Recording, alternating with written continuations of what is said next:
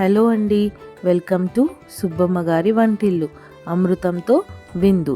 ఈరోజు మన ఛానల్లో కాకరకాయ వెల్లుల్లి కారం ఎలా చేయాలో ఇప్పుడు చూద్దాం. ముందుగా కాకరకాయలను ఇలా రౌండ్గా కట్ చేసుకొని కొద్దిగా పసుపు కొద్దిగా ఉప్పు వేసుకొని వాటర్లో ఒక 1 అవర్ పాటు నానబెట్టుకోవాలి. 1 అవర్ తర్వాత ఒక బాండీలో ఆయిల్ వేసుకొని అందులో ముందుగా మనం కట్ చేసి పెట్టుకున్న కాకరకాయ ముక్కలు కూడా వేసుకొని కలుపుతూ మీడియం ఫ్లేమ్లో పెట్టుకొని ఫ్రై చేసుకోవాలి.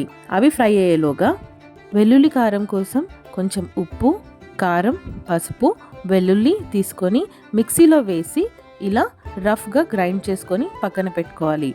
కాకరకాయ ముక్కలు ఇలా ఫ్రై అయిన తర్వాత అందులో ముందుగా మనం చేసి పెట్టుకున్న వెల్లుల్లి కారాన్ని కూడా వేసుకొని సిమ్లో పెట్టుకొని 20 to 25 మినిట్స్ పొడిగా అయ్యేంత వరకు ఫ్రై చేసుకోవాలి.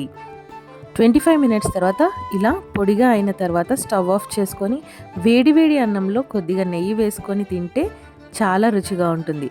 మీరు కూడా ట్రై చేసి తప్పకుండా చెప్పండి. Thank you so much for watching అండి. Please like, share and subscribe my channel. మళ్ళీ మరొక వంటతో మళ్ళీ కలుద్దాం. థ్యాంక్ యూ సో మచ్ అండి.